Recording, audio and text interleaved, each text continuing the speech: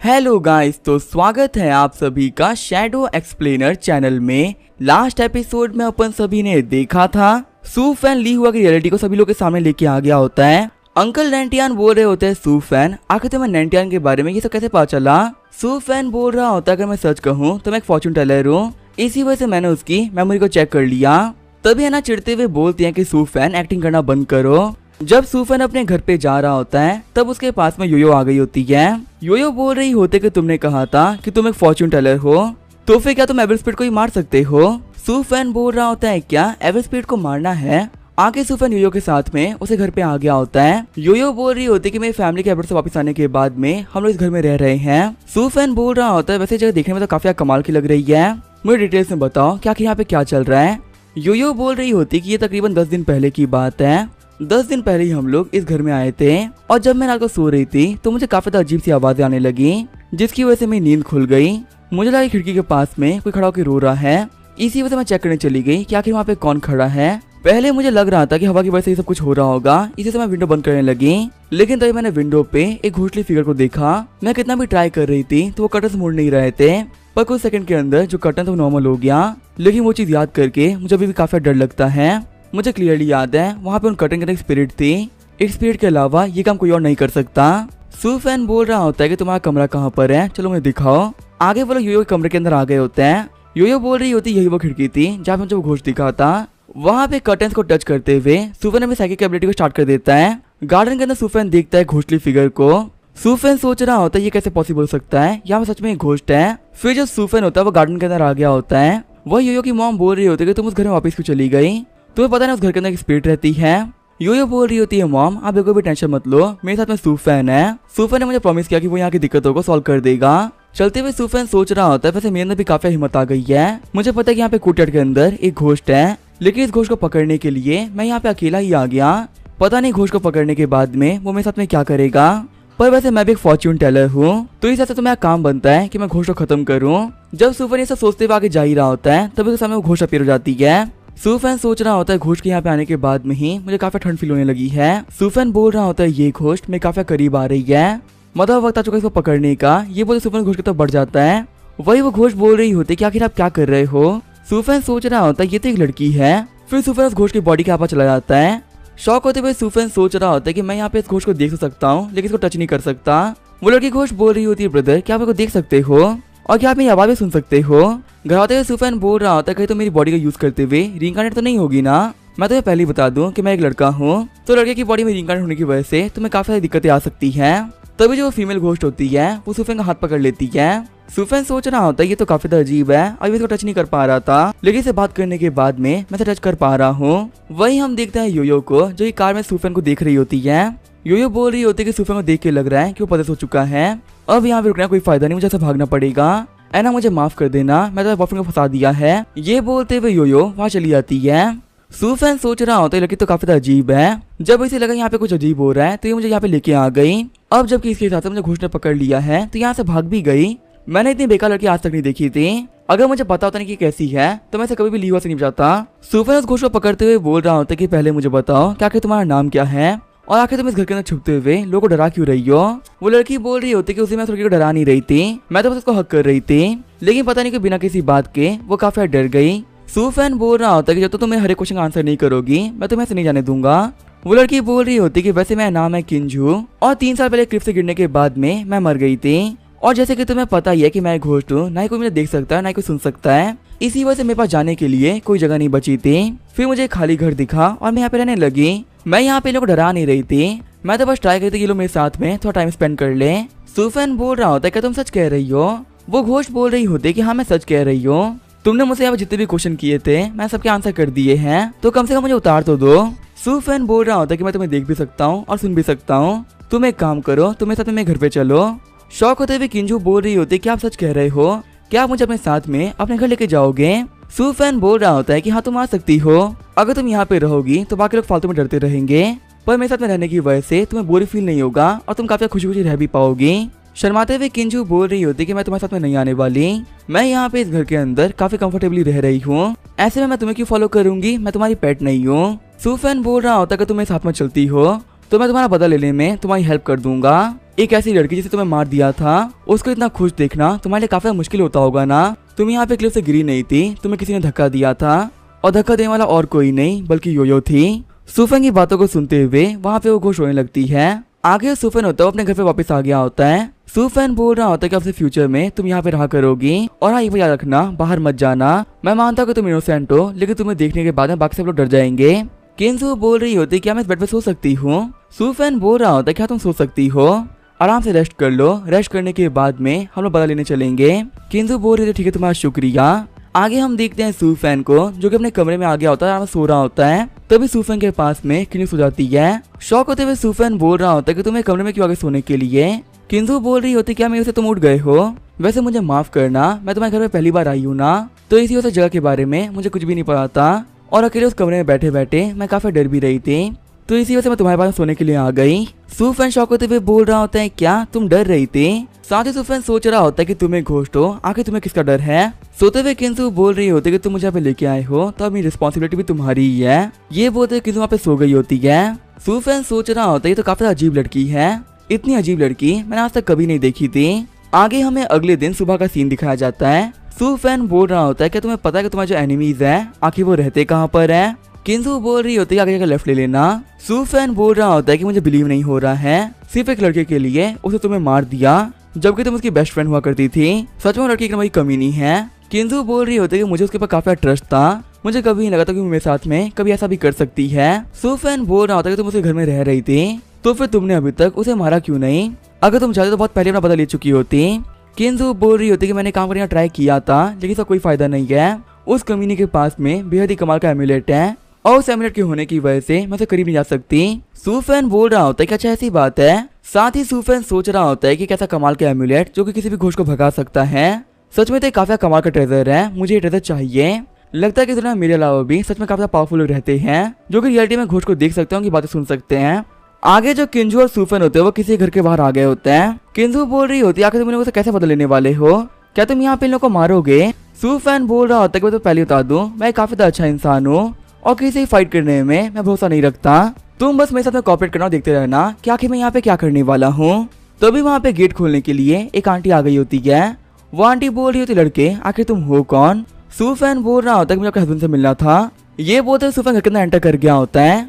वो आंटी चिढ़ते हुए बोल रही होती है कि मैं तुम्हें परमिशन नहीं दी, आखिर तुम जा कहाँ रहे हो, अभी क्या अभी वहीं पे रुक जाओ। तभी वहाँ पे एक अंकल आते हुए बोल रहे होते क्या यहाँ पे चल क्या रहा है। वो आंटी बोल रही होती कि ये लड़का हमारे घर के अंदर आ गया, मैं इसे रोकने की काफी ज्यादा कोशिश करी लेकिन ये बोल रहा है कि तुम्हें जानता है। गुस्सा करते हुए अंकल बोल रहे होते कि लड़के तुम कौन हो, मुझे क्लियरली याद है कि मैं तुम्हें नहीं जानता। सुफेन बोल रहा होता है कि आखिर आप मेरे साथ में ऐसे बिहेव क्यों कर रहे हैं, क्या आप घर आए हुए गेस्ट को पानी भी नहीं पिलाते। ये बोलते सुफेन पानी की बोतल को हवा में उड़ा देता है और वहाँ पड़ी चेयर को जमीन पे गिरा देता है। हम देख सुफेन ये सब करने में किंजू हेल्प कर रही होती है। वही शौक होते हुए अंकल आंटी बोल रहे होते हैं कि तुम ये सब कर कैसे पा रहे हो। पानी पीते हुए सुफेन बोल रहा होता है कि हम लोग आराम से बैठ के बात करनी चाहिए, यहाँ पे ऐसे बात करने का कोई मतलब नहीं बनता। बैठते हुए वो अंकल बोल रहे होते हैं कि मास्टर मुझे माफ कर दीजिए, मैं आपको पहचान नहीं पाया था कि आखिर आप कौन हैं और मैंने अपनी बेवकूफी में आपको ऑफेंड कर दिया। वैसे क्या मैं जान सकता हूँ कि आखिर आप यहाँ पे क्यों आए थे। सुफेन बोल रहा होता है कि मैं यहाँ पे पास से गुजर रहा था और मैंने देखा कि तुम्हारे घर के अंदर एक बहुत ही खतरनाक एविल स्पिरिट है, तो इसी वजह से मैं यहाँ पे तुम लोगों से मिलने के लिए आ गया। तुम्हारे घर के अंदर एक बहुत ही खतरनाक एविल स्पिरिट है, सिर्फ और सिर्फ 3 दिन के अंदर ही तुम्हारी फैमिली डिस्ट्रॉय होने वाली है। शौक होते हुए अंकल आंटी बोल रहे होते हैं क्या हमारी फैमिली डिस्ट्रॉय हो जाएगी। अपने घुटनों पे आते हुए अंकल आंटी बोल रहे होते हैं कि प्लीज हमारी हेल्प कर दीजिए, मास्टर आप जो ही बोलोगे हम आपके लिए वो काम कर सकते हैं, हम आपको हमारी फैमिली का मास्टर ही मान लेंगे और हमारी फैमिली के सारे बच्चा वो प्री क्या करेंगे। सुफेन बोल रहा होता है कि तुम लोग के अलावा इस घर में कोई और भी रहता है। वो अंकल बोल रहे होते हैं कि हाँ मेरी बेटी यहाँ पे रहती है। सुफेन बोल रहा होता है कि उसे बोलिए कि वो नीचे आए। चिल्लाते हुए वो अंकल बोल रहे होते हैं जियाओ जियाओ जल्दी नीचे आओ। जियाओ जियाओ बोल रही थी डैड आखिर ऐसा क्या हो गया है जो कि आप चिल्ला रहे हो और आखिर आप लोग दोनों ही अपने घुटनों पे क्यों आ रखे हो। अंकल बोल रहे होते हैं कि जल्दी मेरे पास में आओ। तभी वहाँ पे जियाओ जियाओ को देख के किंजू को अपना पास याद आने लगता है कि कैसे जियाओ जियाओ ने किंजू को क्लिफ से फेंका था। गुस्सा करते हुए किंजू बोल रही होती है कि तुम्हें कमी नहीं हो, मुझे मेरी लाइफ वापस करो। वही सुफेन बोल रहा होता है किंजू प्लीज यहाँ पे रुक जाओ। हम देखते हैं किंजू ने वहाँ पे एक एमुलेट पहना हुआ होता है। सुफेन सोच रहा होता है कि यही वो एमुलेट है जिसके बारे में किंजू बात कर रही थी। हम देखते उस एमुलेट की वजह से किंजू उसके पास नहीं जा पाती और किंजू की बॉडी के सारे कपड़े फट गए होते हैं। किंजू को देखते हुए सुफेन के नाक से खून निकल गया होता है अंकल आंटी बोलते हैं मास्टर आखिर आपके साथ में क्या हो रहा है, क्या जो एविल स्पिरिट है उसने आपके ऊपर अटैक कर दिया है।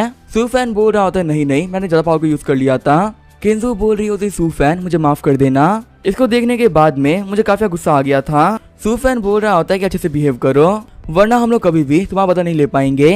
अंकल आंटी सोच रहे होते हैं कि लगता है जो मास्टर है वो एविल स्पिरिट से फाइट कर रहे हैं और इस फाइट के चक्कर में इनके नाक से खून भी आ गया।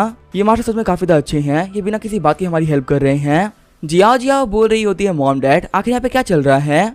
तभी अंकल जिया खींचते हुए बोल रहे होते हैं कि पहले अपने घुटनों पे आओ, तुम्हारे सामने यहाँ पे एक बहुत ही ग्रेट मास्टर बैठे हुए हैं। सूफैन बोल रहा होता है कि अभी अभी मेरे स्पिरिट ने अटैक कर दिया था और उसको रोकने के चक्कर में मुझे बैकलैश मिला। ये जो एविल स्पिरिट है ये बेहद ही पावरफुल है और इसके अंदर पास्ट को लेके काफी गुस्सा भरा हुआ है। लगता है इसको खत्म करना बहुत मुश्किल होने वाला है, ये काम कोई भी नहीं कर सकता। वो अंकल बोल रहे होते हैं मास्टर प्लीज ऐसा मत करिए, मेरी जो पूरी फैमिली है यहाँ पे डिपेंड करती है, अगर आपने हमारी हेल्प नहीं करी तो हम सब खत्म हो जाएंगे। सूफैन बोल रहा होता है कि ये जो एविल स्पिरिट है ना ये तुम्हारी बेटी की वजह से यहाँ पे आ रही है। लड़की आखिर तुमने यहाँ पे ऐसा क्या किया है जो कि तुम्हारी वजह से सोल को मरने के बाद भी शांति नहीं मिल रही है। यहाँ पे जो ये घोस्ट है जो तुमसे काफी नफरत करती है। सूफैन की बातों को सुनते हुए वहाँ पे सभी लोग काफी घबरा गए होते हैं। घबराते हुए जिया सोच रही होती है क्या ये मास्टर उसकी बात कर रहे हैं। रोते हुए जिया बोल रही होती है कि पक्का से ये किंजू है जो कि रिवेंज लेने के लिए यहाँ पे आई है। आंटी बोल रही होती है कि फालतू बातें मत करो, वो मारी जा चुकी है, आखिर तुमसे रिवेंज लेने के लिए कैसे आ सकती है। सूफैन बोलता है क्या किंजू आखिर लड़की कौन थी। सूफैन सोच रहा होता मैं लगा ही था कि यहाँ पे किंजू के बारे में इस पूरी फैमिली को पता होगा, इनमें से कोई भी इनोसेंट नहीं है। अंकल बोल रहे होते हैं मास्टर मैं आपसे यहाँ पे कुछ छुपाने वाला नहीं हूँ, कुछ सालों पहले मेरी बेटी ने काफी घटिया काम किया था, इसने गलती से अपने दोस्त को क्लिफ से धक्का दे दिया था जिसकी वजह से दोस्त मारी गई। किंजू बोल रही होती है अभी भी झूठ बोल रहे हैं, वो गलती नहीं थी, जिया ने जो भी कुछ किया था वो जानबूझ के किया था। सूफैन बोल रहा होता है कि यहाँ पे क्या चीजें चल रही है मुझे क्लियरली बताओ वरना मैं तुम लोग की हेल्प नहीं कर पाऊंगा। अंकल बोल रहे होते ये सारी कहानी एक मैन की वजह से स्टार्ट हुई है। किंजू और मेरी बेटी काफी अच्छी दोस्त हुआ करती थी, जिस लड़के को जिया पसंद किया करती थी वो लड़का किंजू को काफी पसंद किया करता था। फिर जब ये हाइकिंग करने गए तो इनमें आर्ग्यूमेंट हो गई और वो दोनों ही काफी गुस्से में थी। गुस्सा करते हुए जिया बोल रही होती है डैड फालतू बातें मत करिए, जो झैंग शुई है वो स्टार्टिंग तो मुझे पसंद करता है लेकिन वो जो किंजू थी ना वो एक नंबर की कमीनी थी, उसने यहाँ पे झैंग शुई को मुझसे चुरा लिया था।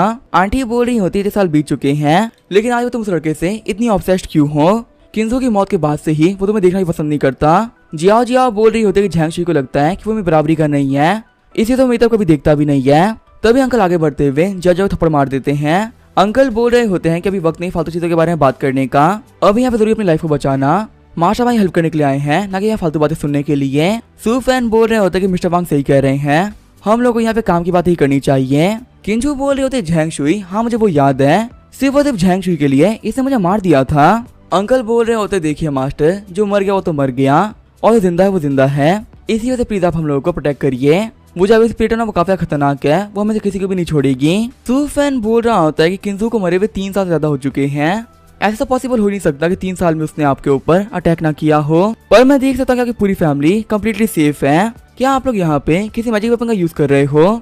अंकल बोल रहे होते हैं कि हाँ हमारे पास एक मैजिक वेपन है, जो जिया है ना उसे एमुलेट पहन रखा है और शायद उसी एमुलेट की वजह से हम पे अटैक नहीं होते। सूफैन बोल रहा होता है कि मैं आपसे पूछ सकता हूँ कि आखिर एमुलेट कहाँ से मिला आप लोगों को। अंकल बोल रहे होते हैं कि मास्टर किनियांग है जो कि यूनिवर्सिटी में रहते हैं, उन्होंने हमको ये दिया था। सूफैन सोच रहा होता है कि एमुलेट को देखते हुए मैं ये बात क्लियरली कह सकता हूँ, सच में इस वर्ल्ड के अंदर बहुत से कमाल के मास्टर्स हैं जो कि यहाँ पे एवरेज स्पीड तक को मार सकते हैं। सूफैन बोल रहा होता है कि एमुलेट काफी ज्यादा अच्छा था लेकिन यहाँ पे इसके अंदर एक पाउडर है जो कि खत्म हो रहा है और इसी वजह से कुछ दिनों के अंदर ये अपने इफेक्ट को खो देगा। चलिए कोई बात नहीं, ये तो काफी अच्छी बात है कि टाइमली यहाँ पे आ गया, अब आपकी फैमिली के ऊपर कोई दिक्कत नहीं आने वाली। वैसे मुझे एमुलेट को कुछ दिनों के लिए रखना पड़ेगा ताकि मैं यहाँ पे इसके ऊपर सही से रिसर्च कर सकूँ। मिस्टर वांग बोल रहे होते हैं मास्टर अगर आपको ये एमुलेट चाहिए तो आप ले सकते हैं, अगर आपने हमारी फैमिली को दिक्कत से बचा लिया ना तो आपको बहुत सारा पैसा दूंगा, बस प्लीज आप मेरी फैमिली को खत्म होने से बचा लेना। सूफैन बोल रहा होता है कि 3 साल बीत चुके हैं और अभी तक जो किंजू है ना वो बहुत ज्यादा पावरफुल बन गई होगी और वो आपकी जान के प्रति तो भूखी हो चुकी है। मेरे पास एक सोल्यूशन तो है लेकिन उसके लिए आपको हामी भरनी पड़ेगी क्योंकि यहाँ पे वो तरीका काफी खतरनाक हो सकता है। मिस्टर वांग बोल रहे होते हैं कि प्लीज मास्टर बताइए क्या आपके पास में क्या तरीके हैं। सूफैन बोल रहा होता है किंजू को आपकी बेटी ने मारा था और किंजू को बदला भी आपकी बेटी से ही लेना है और क्योंकि यहाँ पे 3 साल बीत चुके हैं तो किंजू काफी ज्यादा पावरफुल बन चुकी है, तो इसी वजह से आपकी बेटी को पुलिस के सामने सरेंडर करना पड़ेगा। अगर इस यहाँ पे सरेंडर कर दिया तो किंजू की नफरत थी वो काफी कम हो जाएगी और इस वजह से आप लोगों को कोई दिक्कत भी नहीं आएगी। आपकी वांग फैमिली प्रोटेक्ट करने के लिए आपकी बेटी को सेक्रीफाइस देना ही पड़ेगा वरना फिर आपकी वांग फैमिली कुछ नहीं बचा सकता। जियाओ जियाओ बोल रही होती क्या हमें सरेंडर करना पड़ेगा। सुफैन बोल रहा होता है मिस्टर वांग आप लोग के ऊपर है, ठीक है अपनी फैमिली को बचाने के लिए आप ये काम कर सकते हो। मिस्टर वांग बोल रहे होते हैं मास्टर क्या हमारे पास कोई तरीका नहीं है, अगर आपको पैसा चाहिए ना तो मैं आपको बहुत सारा पैसा दे सकता हूँ, लेकिन यहाँ पे ये तरीका बिल्कुल भी ठीक नहीं है। सुफैन बोल रहा होता है मिस्टर वांग आप बार बार पैसे की बात कर रहे हो, लगता है कि आपको मेरे ऊपर बिल्कुल भरोसा नहीं है, अगर ऐसी ही बात है तो मैं यहाँ से जा रहा हूँ, मुझे आगे पैसे की कोई लालच नहीं है। मिस्टर वांग सुफैन को रोकते हुए बोल रहा होता है मास्टर आप मुझे गलत समझ रहे हैं, प्लीज आप हम लोग को छोड़ के मत जाइए, जियाओ जियाओ तुम्हें यहाँ पे सरेंडर करना ही पड़ेगा। जियाओ जियाओ बोल रही होती डैड मैं जेल नहीं जाने वाली, मेरी जगह जेल आप लोग जाना पड़ेगा, आप तो कहते हैं ना काफी कमाल के हो तो अपनी एबिलिटी का यूज क्यों नहीं कर रहे। तभी अंकल खड़े होते हुए जियाओ जियाओ थप्पड़ मार देते हैं। अंकल बोल रहे होते सिर्फ तुम्हारी वजह से सब लोग दिक्कत में फंस चुके हैं, और अब जब यहाँ फैमिली को बचाने की बात आई तो तुम मना कर रही हो। जियाओ जियाओ बोल रही होती चाहे आप लोग कुछ भी क्यों ना कर लो मैं आप लोग की बात नहीं मानने वाली। आंटी बोल रही थी जियाओ जियाओ सभी लोगों को बचाने के लिए सरेंडर कर लो, तुम्हारा भाई काफी छोटा है तुम्हारे चक्कर में वही मार जाएगा। जियाओ जियाओ सभी लोगों को धक्का देते हुए कह रही होती है कि मैं ये काम नहीं करने वाली, चाहे कितना भी ट्राई क्यों ना कर लो मैं अपनी लाइफ स्टाइल नहीं करूंगी।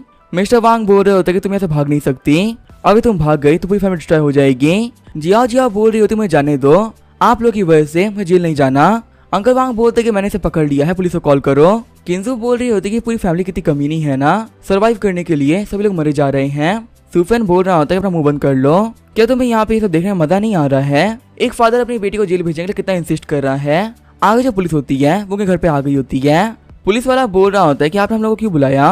अंकल वांग बोल रहे होते हैं ऑफिसर मैंने आपको बुलाया है, आज से 3 साल पहले किंजू नाम की एक लड़की थी जो एक क्लिफ से गिर गई थी, उसका मर्डर करने वाली और कोई नहीं मेरी बेटी जियाओ जियाओ थी। ऑफिसर शॉक होते हुए बोल रहे होते हैं क्या आपकी बेटी ने मर्डर किया था। मिस वांग बोल रहे थे जियाओ जियाओ हमें ब्लेम मत करना, हम कुछ भी नहीं कर सकते, तुम्हारे यहाँ पे जेल जाने के बाद में हम सभी लोग बच जाएंगे और कम से कम तुम्हारा भाई और हम लोग सेफ लाइफ जी पाएंगे, तुम्हें को भी टेंशन मत करना, तुमसे मिलने के लिए हम लोग आते रहेंगे। जियाओ जियाओ बोल रही होती है ऑफिसर सिवा मैं गिल्टी नहीं हूँ, अपने दोस्त को मारने के बाद में मैंने इन लोगों को बता दिया था कि आखिर मैंने क्या किया है, और तकरीबन 3 साल से ये लोग मुझे बचा रहे हैं, तो इस हिसाब से तो ये लोग भी यहाँ पे गिल्टी हुए ना। मिस्टर वांग बोल रहे थे जियाओ जियाओ फालतू बातें मत करो, तुम्हारे इस घटिया काम के बारे में हम लोग को कुछ भी पता नहीं था। जियाओ जियाओ बोल रही होती है आप लोग बचना चाह रहे थे ना, अब यहाँ पे हमारी पूरी फैमिली साथ में डिस्ट्रॉय होगी। पुलिस ऑफिसर बोल रहा होता है कि बाप ने अपनी बेटी के बारे में रिपोर्ट करी और बेटी अपने बाप के बारे में रिपोर्ट कर रही है, क्या यहाँ पे इस पूरे परिवार ने ड्रिंक कर ली है। दूसरा ऑफिसर बोल रहा होता है कि आज यहाँ पे जस्टिस हो रहा है, क्या कमाल की फैमिली देख के मजा आ गया। सुफैन बोल रहा होता है कि आप सही बोल रहे हो ये जस्टिस है। 3 साल पहले जियाओ जियाओ अपनी दोस्त किंजू को क्लिफ के ऊपर ले गई और उसको धक्का देकर वहाँ पे मार डाला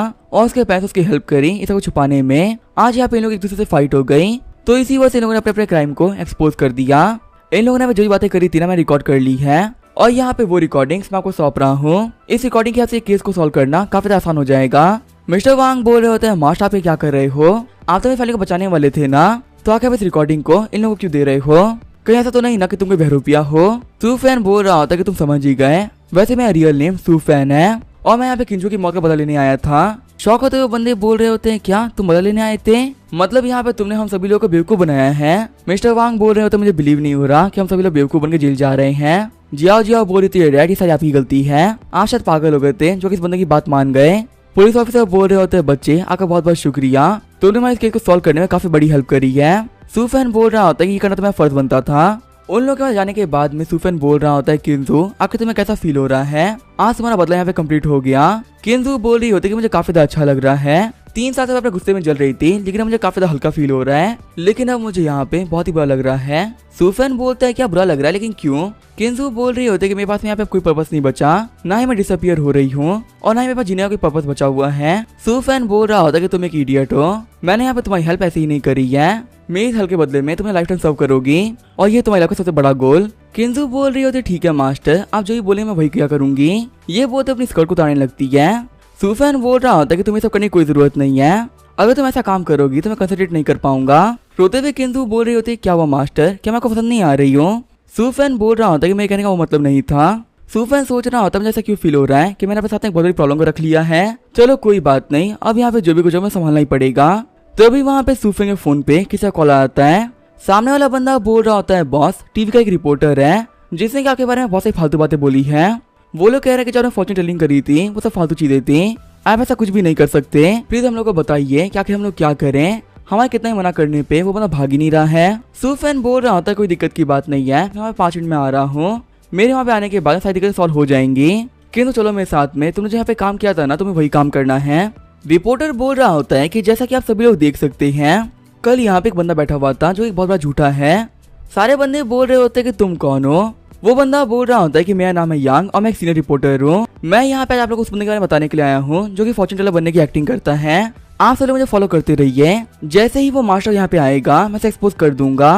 तभी एक बंदा बोला साइड में देखो, मास्टर सू आ गए। सारे बंदे बोल रहे होते देखने में ये बंदा काफी ज्यादा यंग है। आखिर इतने यंग बंदे के पास में इतनी कमाल की पावर्स कैसे हो सकती है। लगता है यहाँ पे रिपोर्टर यांग सच्ची कह रहा है, ये बंदा एक झूठा है जो कि यहाँ पे एक मास्टर बनने की एक्टिंग कर रहा है। बैठते हुए सूफेन बोल रहा होता है कि क्या आप सभी लोग यहाँ पे अपनी किस्मत के बारे में जानना है। आप में से पहले कौन आना चाहेगा। तभी रिपोर्टर यांग बोलता है कि पहले मेरे बारे में बताओ।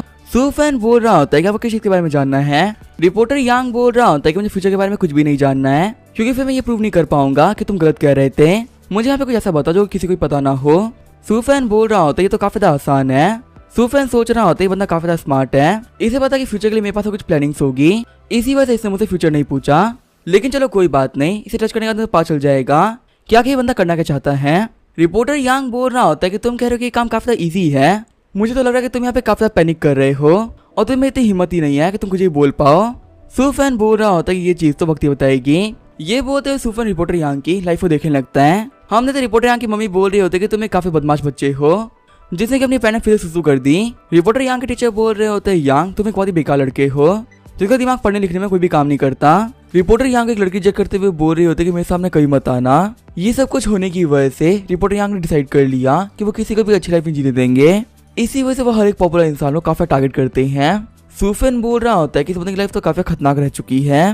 रिपोर्टर यांग बोल रहे होते तुम्हें एक्टिंग करने की कोई जरूरत नहीं है, यहाँ चुपचाप से मान लो कि तुम्हारे पास कोई पावर्स नहीं है। सूफेन बोल रहा होता है कि तुम्हें बिल्कुल भी धीरज नहीं है। तुम्हारा नाम है ली यांग और तुम्हारी एज है 34 साल। कोंगा सिटी में तुम्हारा जन्म हुआ था। तुम्हारे फादर एक रेस्टोरेंट के ओनर थे, वही तुम्हारी जो मदर थी वो हॉस्पिटल में काम किया करती थी। रिपोर्टर यांग बोल रहे होते हैं कि लगता है कि तुम्हें पता था कि मैं यहाँ पे तुम्हें इन्वेस्टिगेट करने के लिए आने वाला हूँ, इसलिए मैं इन्फॉर्मेशन के बारे में तुमने पहले जानकारी ले ली थी। तुमने यहाँ पे जो चीजें बताई है ना वैसे कुछ खास नहीं है। ऐसे यहाँ पे बहुत सारे लोग हैं जिनको चीजों के बारे में पता है। मुझे कुछ खतरनाक जानना है जो किसी को पता ना हो। सूफेन बोल रहा होता है क्या तुम श्योर हो कि मैं तुम्हारी खतरनाक चीजों को सभी के सामने बोल सकता हूँ। रिपोर्टर यांग बोल रहे होते हैं क्या सभी लोग देख सकते हैं, ये यहाँ पे काफी घबरा रहे हैं। सारे बंदे बोल रहे होते हैं मास्टर सू अब स्किल दिखाइए। सूफेन बोल रहा होता है कि तुम 13 साल की एज तक डायपर पहना करते थे, क्योंकि तुम्हें बचपन से ही एक दिक्कत थी, तुम पहले सुसु कर दिया करते थे और तुम्हारी मॉम इस चीज की वजह से काफी परेशान हो गई थी। चाइनीज मेडिसिन लेने के बाद में तुम ठीक हुए हो। अपने फर्स्ट ईयर के फाइनल एग्जाम के अंदर तुमने चीटिंग करी थी और तुम्हें तुम्हारे टीचर ने पकड़ भी लिया था, लेकिन तुमने मना कर दिया कि तुमने चीटिंग नहीं करी है। कॉलेज के अंदर तुमने 12 लड़कियों को प्रपोज किया है, लेकिन उन 12 की 12 ने तुम्हें रिजेक्ट कर दिया और तुमसे लोगों ने ये भी कहा था कि आज का तुमने शक्ल मत दिखाना, तुम्हें लड़कियों को भी स्पाई करना काफी ज्यादा पसंद है और तुम्हारे कंप्यूटर के अंदर तुमने बहुत ही कमाल की फिल्म छुपा रखी है जिसका नाम है जर्नलिस्ट सेल्फ कल्टिवेशन और उसका पासवर्ड है 5269। क्या ये सब काफी रहेगा या फिर और कुछ बता दूं। यांग बोल रहा होता है कि आखिर ये कैसे पॉसिबल हो सकता है, क्या सच में तुम कोई ह्यूमन ही हो। सूफेन बोल रहा होता है कि जैसे क्या सभी लोग देख सकते हो मैं आप लोगों के सामने बैठा हुआ हूँ तो मैं पक्का से ह्यूमन ही होऊंगा ना। वहाँ पे खड़े सारे बंदे बोल रहे होते हैं कि ये मास्टर तो काफी कमाल के हैं। यहाँ पे बैठे बैठे इन्होंने इस बंदे के बारे में सब कुछ बता दिया। सूफेन बोल रहे होते हैं कि वैसे मैंने तुम्हारा फ्यूचर भी देख लिया है, यहाँ जाने के बाद में चलते तुम्हारा ख्याल रखना, हो सकता है कि चलते जाते तुम कहीं गिर जाओ। रिपोर्टर यांग बोल रहे होते हैं मास्टर आखिर आप कैसी बातें कर रहे हैं, आप यहाँ पे जिस चीज की बात कर रहे हैं वो कोइंसिडेंस है। तभी किंदू यांग के पीछे आते हुए उसे वहीं पे गिरा देती है। वहाँ पे सारे लोग बोल रहे होते हैं क्या कमाल की पावर है। मास्टर के बोलने के बाद में ये यहीं पे गिर गया। मास्टर प्लीज हमें हमारा फ्यूचर बताइए। सूफेन बोल रहा होता है ठीक है आप सभी लोग लाइन लगा लो, यहाँ पे करके मैं सभी लोगों को चेक कर लूंगा। सीन चल होता है हम देखते हैं यान यूरू को, जिसकी मेट बोल रही होती है मिस आपको कुछ खा लेना चाहिए, अगर आप यहाँ पे ऐसे ही करती रहोगी ना तो आप पक्का से बीमार पड़ जाओगी। आप शिप पे एक रैंडम से बंदे से मिली थी, उसे इंटरनेट में ढूंढना बहुत ज्यादा मुश्किल होने वाला है। यान यूरू बोल रही होती है कि मुझे भूख नहीं है, तभी उसे इंटरनेट पे सूफेन की न्यूज मिल जाती है। यूरू सोच रही होती क्या मैं सिटी में कोई फॉर्च्यून टेलर है, मुझे उसके पास में आकर देखना चाहिए क्या कि मेरा फ्यूचर कैसा होने वाला है। सीन चेंज होता है हम देखते हैं सूफेन को जो कि अपने ऑफिस में बैठा हुआ होता है। वही ब्रदर हुआ बाकी लोग दूर पे कान लगा खड़े होते हैं। ब्रदर हु बोल रहे होते हैं आखिर मिस्टर सू के साथ में हुआ क्या है। दूसरा वाला बंदा बोल रहा होता है कि मुझे तो कुछ भी अजीब फील नहीं हो रहा। वो अंदर काफी आराम से आराम कर रहे हैं। ब्रदर हु बोल रहा होता है कि पूरे ऑफिस के अंदर वो अकेले ही है, आखिर यहाँ पे अकेला आने का क्या ही मतलब बनता है। कहीं ऐसा तो नहीं जो हमारे मिस्टर सू है वो काफी डिप्रेस हो चुके हैं, क्योंकि मैंने सुना कि जिन लोगों के पास में कम एज में पैसा आ जाता है वो काफी डिप्रेस हो जाते हैं और शायद मिस्टर सू के साथ में भी यही काम हुआ है। वो अपनी लाइफ से काफी थक चुके हैं। वहीं अंदर हम देखते हैं किंजू को, जो कि सूफेन की मसाज कर रही होती है। किंजू बोल रही होती है, मास्टर आप एक बहुत बड़ी कंपनी के मालिक हैं, तो आखिर आप रास्ते पे बैठ के फॉर्चून टेलिंग क्यों करते हो? आपको ये सारे फालतू काम अपने साथी को दे देने चाहिए। सूफेन बोल रहा होता है कि मैं थका हुआ था, इसी से मैंने आज के दिन में सिर्फ 3 बंदों को चेक किया है। सूफेन सोच रहा होता है कि मैं इंटरनेट पे काफी फेमस हो चुका हूँ, लेकिन अब तक मेरे सिस्टर ने इन्फॉर्म ही नहीं किया कि जो मेरा टास्क था वो कंप्लीट हो चुका है। मुझे समझ में नहीं आ रहा कि मुझे यहाँ पे क्या करना पड़ेगा जिससे कि मैं और फेमस बन सकूं। तभी कमरे में टीगो एंटर करते हुए बोल रही होती है, मिस्टर सू एक दिक्कत आ गई है। सूफेन बोल रहा होता है, क्या हुआ मुझे आराम से बताओ। तभी टीगो सूफेन को एक बंदे की फोटो दिखाती है। सूफेन बोल रहा होता है कि आखिर ये बंदा कौन है और इसे मुझे क्या ही दिक्कत हो सकती है। टीगो बता रही होती है कि इस बंदे का नाम है झू चेंगजुआन, जो कि जियांगजू प्रोविंस का एक बहुत ही फेमस मास्टर है। सभी लोग कहते हैं कि मेटाफिजिक्स के अंदर इसने मास्टरी कर रखी है और इसकी जो फेस रीडिंग स्किल्स है वो भी काफी ज्यादा एक्यूरेट है। बहुत सारे ऐसे अमीर लोग हैं जो कि इसको जाना पसंद करते हैं और ये यहाँ पे आपको टारगेट कर रहा है। इसका एक बहुत ही खतरनाक रिकॉर्ड रह चुका है, जिसको भी इसने यहाँ से टारगेट किया वो नहीं बचा। ये उस बंदे को कैसे भी करके एक्सपोज कर ही देता है और इस वजह इसने आपको चुना है, तो पता नहीं आपके साथ में क्या होगा। सूफेन बोल रहा होता है, ये बंदा मेटाफिजिशियन है, चलो कोई दिक्कत नहीं है, इससे मिलने में काफी ज्यादा मजा आएगा। टीगो बोल रही होती है, बॉस को डर नहीं लग रहा क्या पकड़े जाएंगे?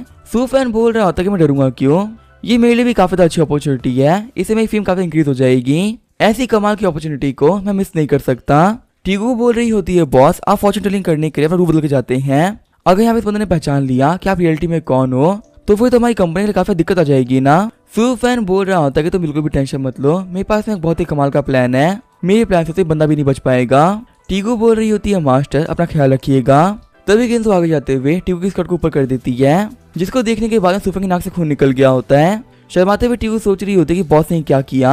वही किंजू बोल रही होती है, मास्टर आपको देख के मजा आया ना। सूफेन बोल रहा होता है कि मैं क्लियरली बता दूं कि मैंने यहाँ पे कुछ भी नहीं किया है। बाहर खड़े बॉडीगार्ड बोल रहे होते हैं कि हमारे जो बॉस है वो तो काफी बदमाश है, वो हमेशा लोगों को परेशान करते रहते हैं। आगे हम देखते सूफेन फॉर्चून टेलिंग करने के लिए रास्ते पे आ गया होता है, तभी वो देखता है कि वहाँ पे बहुत सारी भीड़ होती है। किंजू बोल रही होती है, मास्टर अब जो मैं थोड़ी देर पहले किया था क्या वो अच्छा लगा? अगर आप चाहो तो मैं आपके लिए काम बाकी लोग के साथ भी कर सकती हूँ। सूफेन बोल रहा होता है, अपना मुंह बंद कर लो, तुम्हें यहाँ पे ये सब करने की कोई जरूरत नहीं है। भीड़ के सारे बंदे बोल रहे होते हैं कि आज हमें मास्टर झू आए हैं, ये यहाँ पे पूरे के पूरे प्रोविंस के सबसे बेस्ट मेटाफिजिशियन है। मास्टर झू बोल रहे होते हैं कि अपने समझ में आया कि वो बंदा इतना फेमस कैसे हो रहा है, लगता है कि यहाँ पे सिटी के अंदर एक भी अच्छा मास्टर नहीं है। आज मैं यहाँ पे इन सभी लोगों को प्रूव कर दूंगा कि मास्टर सू एक फ्रॉड है। जो चलते हुए मास्टर झू जा रहे होते हैं तभी किंजू उनकी बॉडी में घुस जाती है और उनको धक्का देते हुए वहीं पे गिरा देती है। सूफेन बोल रहा होता है कि आपको क्या हो गया, क्या आपने करा तो काफी ड्रिंक कर ली थी जो कि आप लड़खड़ा रहे हैं। वहाँ पे सारे बंदे बोल रहे होते हैं कि मास्टर झू को यहाँ पे बेस्ट फिजिशियन कहा जाता है, लेकिन क्या इन्होंने घर से निकलने से पहले खुद का फॉर्चून नहीं देखा था, जो कि यहाँ पे आने के बाद में सभी के सामने गिर गए। चिढ़ते हुए मास्टर झू बोल रहे होते हैं कि मैं यहाँ पे गलती से गिरा हूँ, तुम लोग का फालतू बातें करने की कोई जरूरत नहीं है, और लड़के तुझे तो मैं बिल्कुल भी माफ नहीं करने वाला, तू यहाँ पे सभी लोग के साथ फ्रॉड कर रहा है। सूफेन बोल रहा होता है, किसने कहा कि मैं एक फ्रॉड हूँ, और मुझे बिल्कुल भी समझ में नहीं आ रहा कि मुझे एक्सपोज करने के लिए आखिर आप क्या करने वाले हो। बॉडीगार्ड बोल रहा होता है कि तुम एक कचरा हो और तुम्हारा ऐसा कचरा इंसान किसी कुछ नहीं बता सकता, आज हमारे मास्टर तुम्हें एक्सपोज कर देंगे क्या कि रियलिटी में तुम कौन हो। सूफेन बोल रहा होता है कि मुझे भी जानना है कि मुझे एक्सपोज करने के लिए आखिर तुम यहाँ पे क्या करने वाले हो। मास्टर झू बोल रहे होते हैं कि हम लोग यहाँ पे कंपेयर करेंगे कि किसके पास में कितने डिवाइन पावर्स हैं।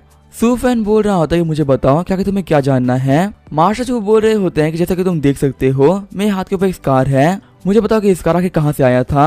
सारे बंदे बोल रहे होते हैं क्या हाथ के बारे में बताना है, ये तो काफी मुश्किल होने वाला है, और यहाँ पे जो स्कार ये तो काफी हल्का ही पड़ चुका है, आखिर जो मास्टर सू है वो इसके बारे में कैसे बताएंगे। सूफेन बोल रहा होता है ये बताना तो काफी सिंपल होने वाला है, फटाफट से मुझे अपना हाथ दो। मास्टर सू बोल रहे होते हैं कि तुम यहाँ पे काफी टफ बनने की एक्टिंग कर रहे हो, लड़के मैं तुम्हें बता दूं कि तुम्हारे लिए बिल्कुल भी अच्छा नहीं होने वाला, अगर तुम्हें पता नहीं चल रहा तो मैं टाइम वेस्ट मत करो, क्लियरली यहाँ पे सभी लोगों से कह दो कि तुम एक फ्रॉड हो और अपने स्टॉल को लेकर ऐसे निकल जाओ। सूफेन बोल रहा होता है कि जब तुम 3 साल के थे तो तुम माउंटेन्स पे गए थे, और तुम जब वहाँ पे लकड़ियाँ काट रहे थे तो तुम्हारा हाथ एक्स पे पड़ गया और इसी वजह से तुम्हें यहाँ पे चोट भी लग गई थी, और ये निशान उसी चीज का है।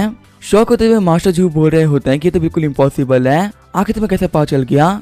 वहाँ पे सारे बंदे बोल रहे होते हैं क्या मास्टर ने चीज के बारे में बता दिया, क्या जो हमारे मास्टर सू है कहीं वो गॉड तो नहीं ना जो कि उनको हर चीज के बारे में पता है। मास्टर झू बोल रहे होते हैं कि नहीं तुमने यहाँ पे गलत कहा है, जब मैं 3 साल का था तो मैं लकड़ियाँ नहीं काट रहा था बल्कि मैं वहाँ पे फ्रूट्स काट रहा था, लड़के तुमने यहाँ पे बताने में गलती कर दी है और तुम अपनी बातों से पीछे भी नहीं जा सकते। सूफेन बोल रहा होता है कि तुम एक नंबर कमीने हो जो कि यहाँ पे झूठ कह रहे हो, तुम्हें क्या लगता है कि यहाँ पे सभी लोग बेवकूफ हैं जो कि तुम्हारी झूठी बातों को सच मान लेंगे। मास्टर झू बोल रहे होते कि नहीं मैं कहने का वो मतलब नहीं था, सुफैन बोलता है कि अब मेरी टर्न है। मैं तुमसे यहाँ पे काफी इजी सवाल पूछने वाला हूँ, मुझे बता कि मेरी शादी कब होने वाली है। मास्टर जी बोल रहे होते हैं कि इस चीज में तुम पक्का से हारने वाले हो। शादियों के बारे में प्रेडिक्शन करने में मैं काफी ज्यादा अच्छा हूँ। मेरी गाइडेंस पाने के बाद में ऐसे बहुत सारे लोग जो कि अच्छी लाइफ जी रहे हैं, इसमें तो मैं फेल हो ही नहीं सकता।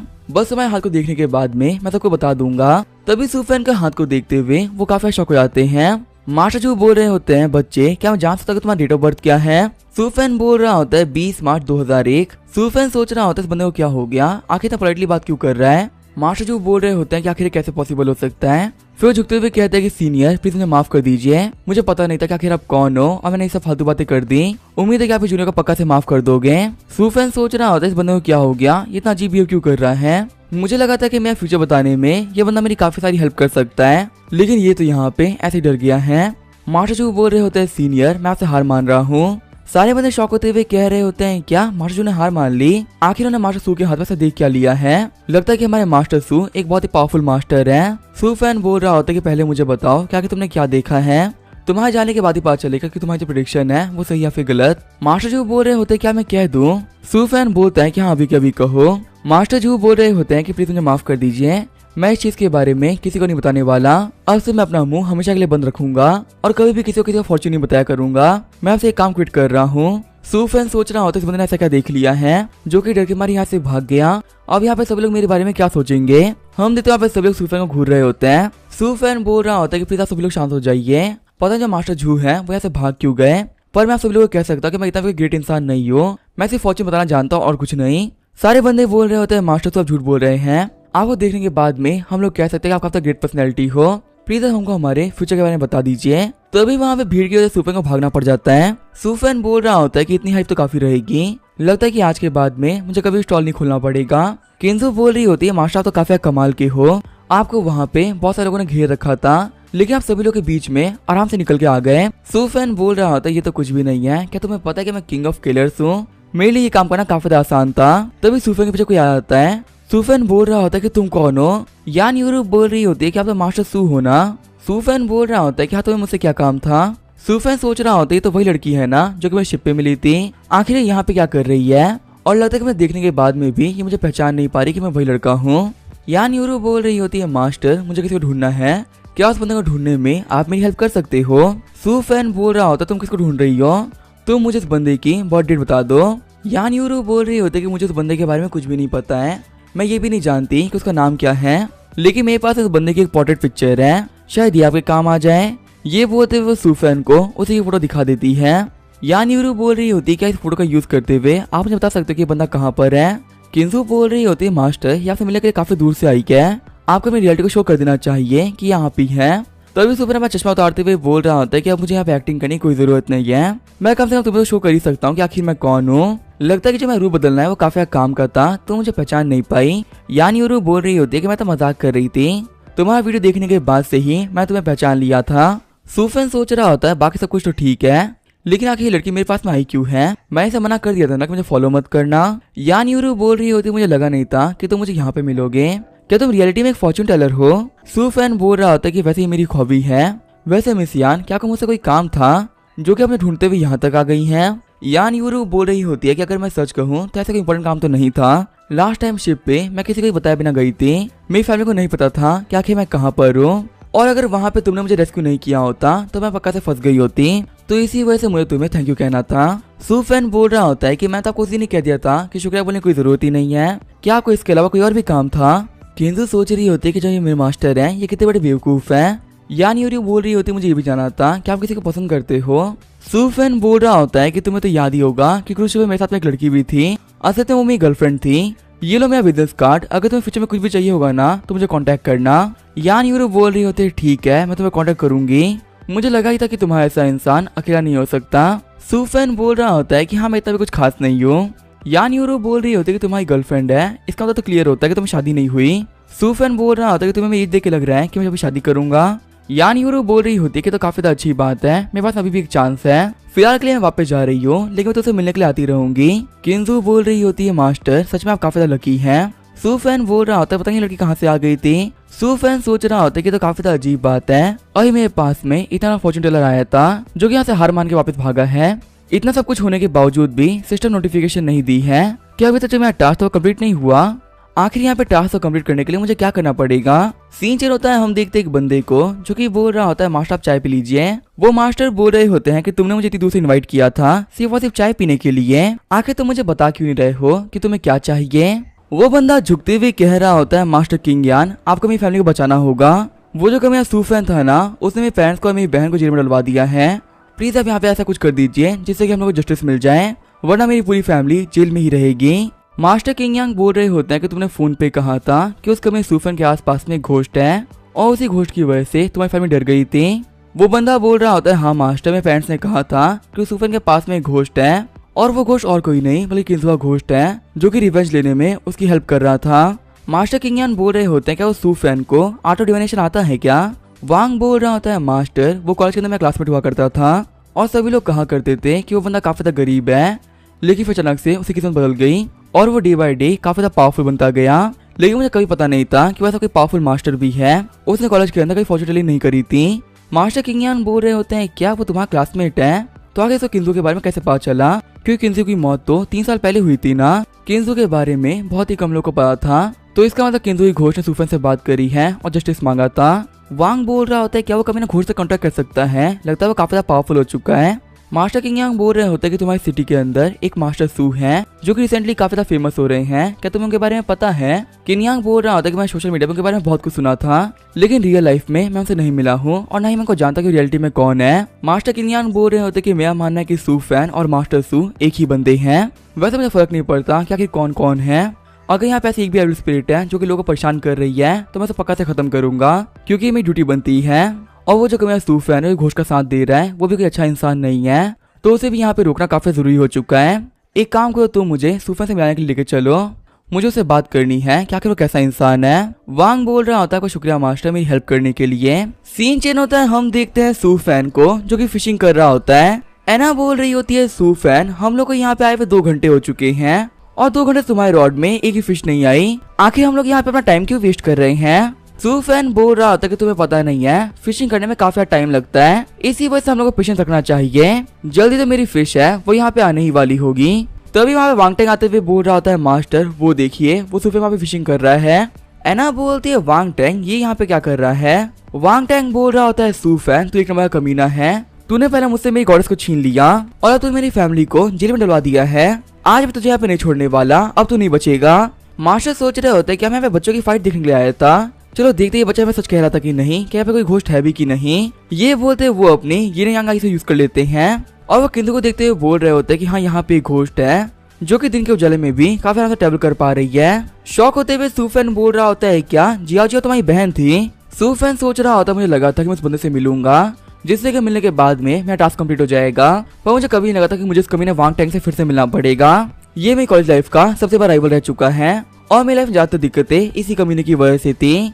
वांगटेंग बोल रहा होता है कि तुझे मास्टर बनने का काफी शौक है ना, इसी से तो ड्रेस चेंज करके सभी लोग को बेवकूफ बनाता है। मैं यहाँ पे एक असली मास्टर को लेके आया हूँ, इनका नाम है मास्टर किन यांग। अब देखते हैं कि इनके सामने तू कैसे अर्गन बन सकता है। घबराते हुए किंजू बोल रही होती है मास्टर सामने जो मास्टर है ना वो देख सकते हैं। सूफैन बोल रहा होता है इसका मतलब तो क्लियर होता है कि ये बंदा नॉर्मल नहीं है, इसके पास भी साइकिक पावर्स है। सूफैन बोल रहा होता है मास्टर किन यांग क्या ये आपका है। दूर हटते हुए किंजू बोल रही होती है मास्टर इसको बाहर मत निकालिए। मास्टर किन यांग बोल रहे होते कि ये तो मेरी पावर का सिर्फ 5% है, अब तुम देखने वाले मेरी रियल पावर को। ये बोलते हुए किंजू को अभी तक खींचने लगते हैं। किंजू बोल रही होती है मास्टर मुझे बचा लीजिए, तो अभी जहाँ पे सूफैन होता है वो किंजू को बचा लेता है। वही है ना सोच रही होती है कि यहाँ पे चल क्या रहा है, क्या यहाँ पे ये मास्टर और सूफैन हवा में फाइट कर रहे हैं। मास्टर किन यांग बोल रहे होते हैं बच्चे मुझे बिल्कुल भी नहीं पता है क्या कि तुम कौन सेक्ट से बिलोंग करते हो या फिर तुम्हारे मास्टर कौन है, पर मैं तुम्हें क्लियरली बता दूं तुम एक एविल स्पिरिट को नहीं बचा सकते। सूफैन बोल रहा होता है क्या एविल स्पिरिट, लेकिन एविल स्पिरिट है कहाँ पर। मैं आपसे यही बोलूंगा ज्यादा दिक्कतें मत करिए क्योंकि आपकी ये दिक्कतें करना आप पे भारी पड़ सकता है। मास्टर किन यांग बोल रहे होते हैं कि तुम्हें काफी ज्यादा हिम्मत है, तुम्हें धमकी दे रहे हो, तुम्हें लगता है मुझे हराना काफी आसान होने वाला है। तभी यहाँ पे ब्रदरहुड और बाकी लोग आते हुए उन लोगों के सर पे बंदूक रख देते हैं। ब्रदरहुड बोल रहे होते हैं अगर तुम हिले ना तो मैं तुम्हें पक्का से मार डालूंगा। सुफेन बोल रहा होता है मास्टर ताओइस्ट, वक्त काफी बदल चुका है, मुझे आज देखना है क्या मास्टर पावरफुल है या फिर मेरी ये गन्स। मास्टर किनयांग बोल रहे होते लड़के तुम खुद को मत, मैं यहाँ पे गन्स को भी डिस्ट्रॉय कर सकता हूँ, मेरे पास बहुत सारी पावर्स हैं। ब्रदर हु बोल रहे होते कि तुम फालतू बोलोगे ना तो मैं तुम्हें शूट कर दूंगा, वैसे भी यहाँ पे पास में ही रिवर है, मैं तुम्हें पे डंप कर दूंगा, फिर किसी को पता भी नहीं चलेगा कि तुम कभी यहाँ पे आए थे। घबराते हुए मास्टर किनयांग बोल रहे होते अच्छे इंसान फिर ऐसा मत करना, मैं आज तक कोई बुरा काम नहीं किया तो मुझे मत मारो, मैं तो मजाक कर रहा था, ह्यूमन के लिए गन के सामने टिकना बिल्कुल इम्पॉसिबल है। वांग टेंग बोल रहा होता है मास्टर आप एक डरपोक नहीं हो, आप तो एक ताओइस्ट हो ना, तो ये बुलेट साहब क्या ही बिगाड़ लेंगी। चिढ़ते हुए मास्टर किनयांग बोल रहे होते क्या तुम चाहते हो कि मैं मारा जाऊं, मैं यहाँ पे इमॉर्टल नहीं हूँ जो कि बुलेट से कुछ नहीं होगा, अगर मुझे अब एक गोली पड़ गई ना तो मैं यही मर जाऊंगा और तुम्हारे लिए मुझे मरने का कोई शौक नहीं है।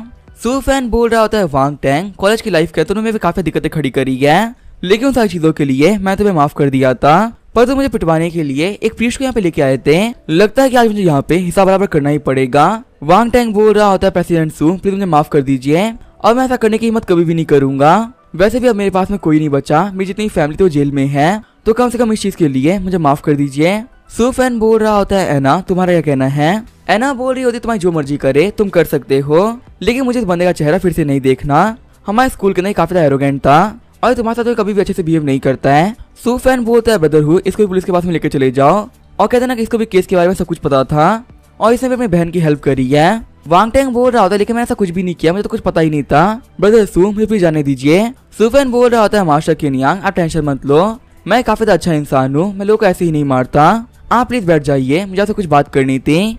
मास्टर किनयांग बैठते हुए बोल रहे होते कि मैंने गेस कर लिया था कि आप ही वो मास्टर सू हो जो कि फिलहाल काफी फेमस हो रहे हो, तुम ऑलरेडी काफी प्रोफाउंड हो, तो मैं तो तुम्हें कुछ सिखा नहीं सकता, तो फिर आखिर तुम्हें मुझसे क्या बात करनी है।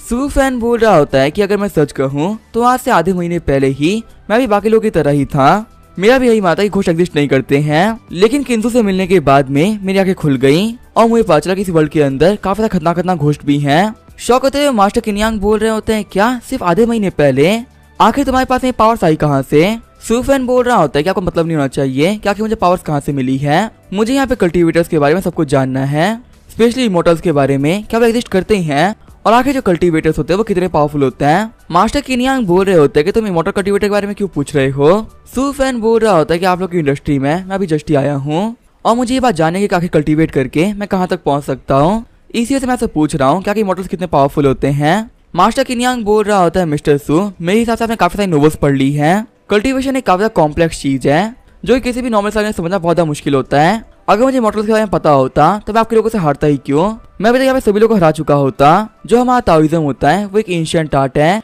इसका यूज करते हुए हम डीमन और घोस्ट को सप्रेस कर सकते हैं, लेकिन यहाँ पे जो हम लोग को पता है वो काफी लो लेवल की टेक्निक्स है, जो हाई लेवल की टेक्निक होती है वो बेहद ही पावरफुल होती है और उनके बारे में हमें कोई नॉलेज नहीं है। सुफेन बोलता है कि आपको तो पता ही है कि जो किंजू थी वो बिल्कुल ही बुरी नहीं थी, फिर भी आप बार बार इसको पकड़ना ट्राई क्यों कर रहे थे।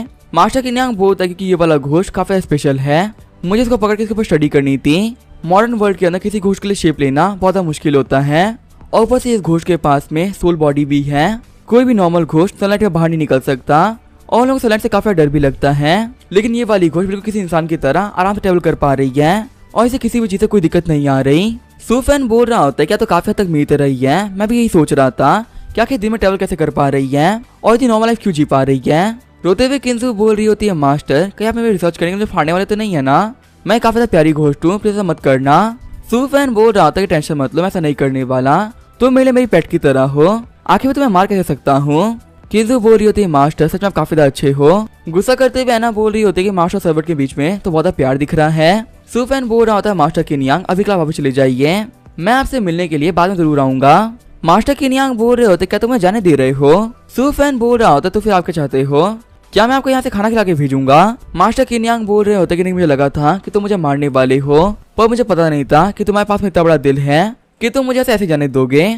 मिस्टर सू आपका बहुत बहुत शुक्रिया। सुफेन बोल रहा होता है मास्टर किनयांग आप एक काफी अच्छे इंसान है जो कि एविल स्पिरिट के खिलाफ फाइट कर रहे हैं, एक इतने अच्छे इंसान को मैं नहीं मार सकता, मैंने आप अटैक भी इसी वजह से करवाए क्योंकि आप दुश्मन के साथ में थे, वरना फिर आपके मेरे बीच में ऐसा कुछ भी नहीं है, हम लोग सेम ही पाथ पर हैं, इसी वजह से हम लोगों को तो दोस्त बन के रहना चाहिए। रोते हुए मास्टर किनयांग बोल रहे होते हैं कि सच में आप तो काफी ज्यादा अच्छे हैं, आपकी अच्छाई को देखते मुझे काफी ज्यादा अच्छा लग रहा है, आपको नहीं पता फेक ताओइस्ट की वजह से हम पे कितनी दिक्कतें आ रखी है, हम लोग के पास में खाने के लिए पैसे तक नहीं होते, एक ताओइस्ट को सर्वाइव करना बहुत मुश्किल हो रहा है। सुफेन बोल रहा होता है कि लगता है आप काफी दिक्कतों में है, मैं यहाँ पे सभी लोगों की हेल्प नहीं कर सकता, पर मैं आपकी हेल्प कर सकता हूँ। मैं आपको अपनी तरफ से 1 मिलियन युवान दे रहा हूँ। इसका यूज करते हुए आप अपने कलीग्स की हेल्प कर सकते हो जो कि दिक्कतों में है।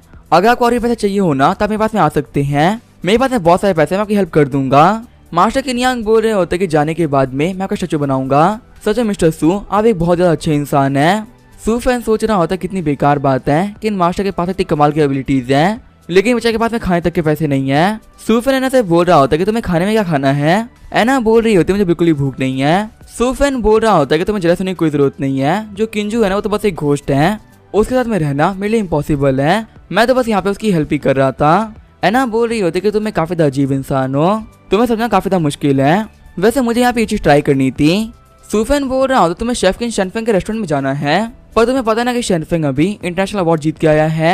इसी वजह से इसके रेस्टोरेंट में काफी ज्यादा भीड़ चल रही है और हमारे को टेबल मिलना काफी ज्यादा मुश्किल भी है। वैसे जगह देखने में तो काफी ज्यादा अच्छी लग रही है, हमें ट्राई तो करना ही चाहिए। आगे हम देखते हैं रात हो गई होती है और शेफिंग के रेस्टोरेंट के बाहर बहुत लंबी लाइन लगी हुई होती है। एना बोल रही होती है लगता है हमें काफी देर तक वेट करना होगा। सूफेन बोलता है किंजू तुम यहाँ पे वेट करना, हम थोड़ी देर में आ रहे हैं। एना बोल रही होती सूफेन कि हम लोग वापस चलना चाहिए क्योंकि इतनी लंबी भीड़ की वजह से हमें आज तो खाने का मौका नहीं मिलेगा। सूफेन बोल रहा होता है वो ट्राई तो करते हैं, देखते क्या होता है हम लोग को जगह मिल जाए। फिर सूफेन एक बंदे के पास आते हुए कहता है ब्रदर क्या तुम मुझे अपनी सीट दे सकते हो, मैं तुम्हें इस प्लेस के लिए पे कर सकता हूँ। वो बंदा बोल रहा होता है लड़के क्या तुमने पी रखी है, सुबह 6 बजे से ही मैं यहाँ पे वेट कर रहा हूँ, भले तुम मुझे अभी कितना पैसा क्यों ना दे दो, मैं ये जगह नहीं बेचने वाला। लड़की बोल रही होती क्या तुमको हम लोग दिखाई दिख रहे हैं, हम यहाँ पे सुबह से वेट कर रहे हैं, चाहे तुम हमें कितना पैसा ऑफर क्यों ना करो हम यहाँ से नहीं हटेंगे। सूफेन बोल रहा होता है कुछ ही बोलने से पहले एक अमाउंट देख लो।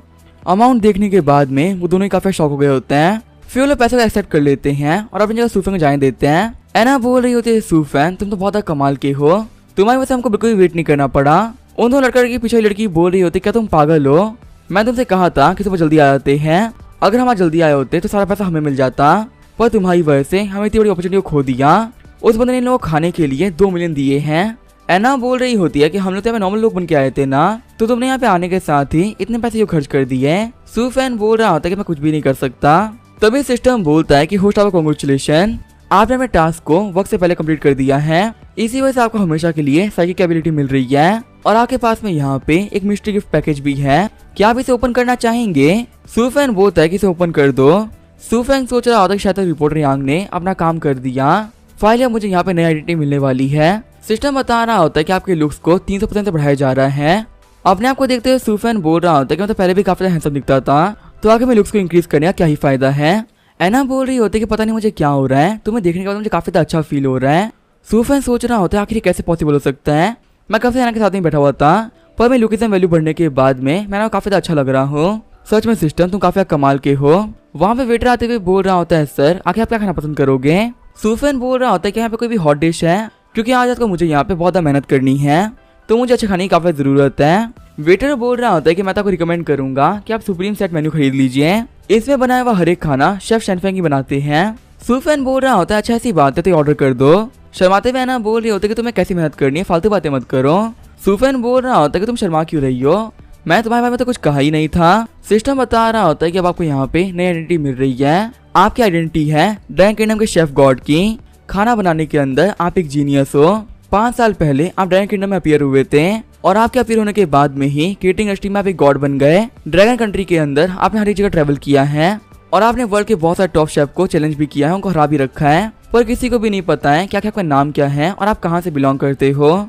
इसी वजह से आपको ड्रैगन किंगडम का शेफ गॉड कहा जाता है। लेकिन बहुत लंबे टाइम डिसअपीयर होने के बाद में अब आपके अपीयर होने का टाइम आ चुका है। आपको यहाँ पे हर टाइप की कुकिंग के अंदर प्रोफिशिएंसी मिल रही है और आप कहीं का भी खाना काफी आराम से बना सकते हो, आपको रेसिपी देखने तक की जरूरत नहीं है।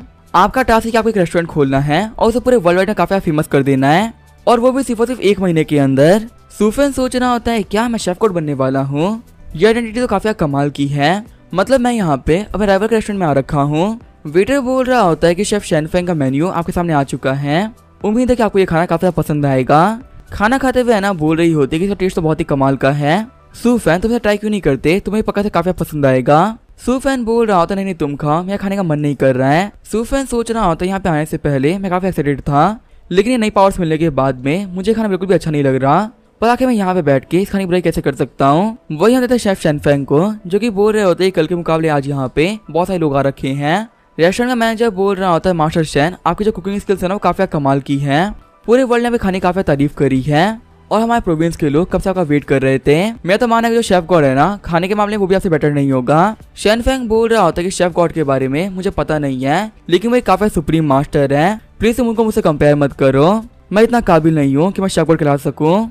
शेफ गॉड बनने के लिए मुझे काफी एक्सपीरियंस चाहिए। मैनेजर बोल रहा होता है कि हाँ मुझे पता है, लेकिन मैं ये कह सकता हूँ कि आज नहीं तो कल आप अगर शेफ गॉड बन जाओगे। वैसे भी आप यहाँ पे शेफ किंग तो बन ही चुके हो। तभी शॉक होते हुए शेनफेंग बोल रहा होता है कि ये क्या हो रहा है। एना बोल रही थी सूफैन आगे तुम इस खाने को देखे क्यों जा रहे हो, क्या तुम इसे ट्राई नहीं करना चाह रहे हो। जैसे सूफैन हमारी पहली बाइट लेता है वो वहाँ पे खाने को थूक देता है। सूफैन बोल रहा होता है इस खाने का टेस्ट तो बहुत ही घटिया था।